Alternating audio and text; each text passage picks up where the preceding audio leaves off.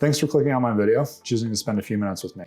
My name is Michael Christensen, and I'm manager of Domo's internal business operations and analytics team.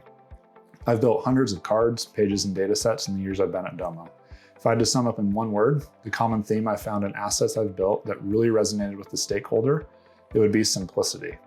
Impactful analytics is the ability to take a seemingly complex problem and simplify it without sacrificing any meaning. Let me give an example of a project that demonstrates more clearly what I mean. A few years back, we wanted to start incorporating targets against some of our marketing data into our cards and pages. It started out pretty simple. A few gauges and progress bars for targets, paired with relevant trended cards showing actuals. Topped off with some page level filters to help dial into the specific targets and actuals you wanted to view, and we were good to go. We got adoption as we began to distribute the page, but as stakeholders began to dig in, they asked to see specific targets and actuals for their segments that they couldn't get to with just different filters. Within a few months, the page was so long that the scroll bar could be hidden behind my cursor.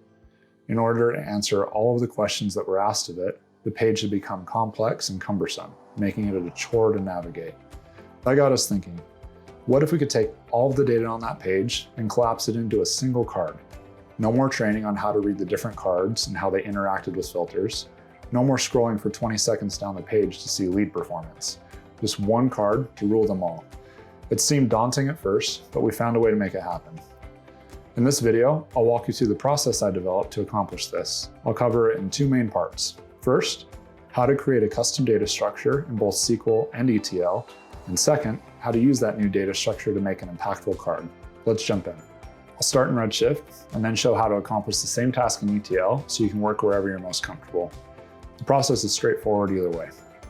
I like to start with defining target values. I have a computer science background, and one of the things that has always frustrated me about SQL is the inability to define a global variable similar to how I can in C++ or Java. To get around this limitation, I like to create a target table that acts as a global variable that I can access in any transform later. This table is pretty easy.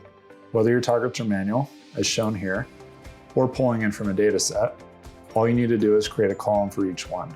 The important thing is to keep this table to one row to prevent duping later.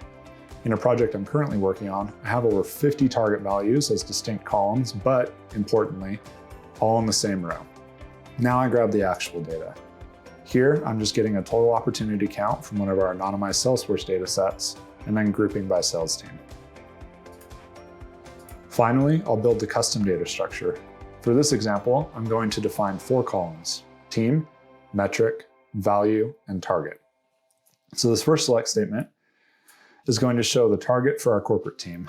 Here I define which metric is going to be shown on this row, and then I set the value for that metric, pulling from the target table I created earlier. Since I'm setting the value for the target, I put it in the value column instead of the target column. In other words, I'm setting the value for the target metric. The second select statement is going to show the actual value for our corporate team. This left join is what allows me to access my global variable table I created earlier. If I join on 1 equals 1, then every column in the targets table will be joined onto every row in my actuals table. That's why it was important to keep the target table to one row, so it didn't dupe out my actuals. I define the metric as the quarter to date actual, set the value for my actuals table, and then set the target for my targets table. At this stage, corporate's all done. And now that I've defined a schema, it's just a matter of stacking the rest together. I took both of my corporate statements, threw them into Visual Studio Code, and did a find and replace on corporate for enterprise, then pasted them back in. Then I did the same for international. Then we just need to output the data set, and it's all done. Now let's jump over to ETL and look at how to get the same output there. The first thing I do in ETL is create my actuals table using the group by tile. Again, getting total opportunities from our anonymized Salesforce data set and then grouping by sales team. This step is equivalent to the second transform in the SQL example. Then I add my targets using the constant tile. This step is equivalent to the first transform in the SQL example. Adding target constants to every row is the same as joining the target table in SQL on 1 equals 1. If your targets live in a data set instead of a manual input, you can replace this tile with a left join tile and then just join on 1 equals 1. Just remember to format your input target data set so it's only one row to prevent duping. I also add an additional null target value that's an integer. You'll see why in just a minute. Now I need to union them all together, just how I did in the third transform in the SQL example. I need to get the same 4 columns I had: team, metric, value, and target. Think of each branch here as equal to a select statement in the SQL union.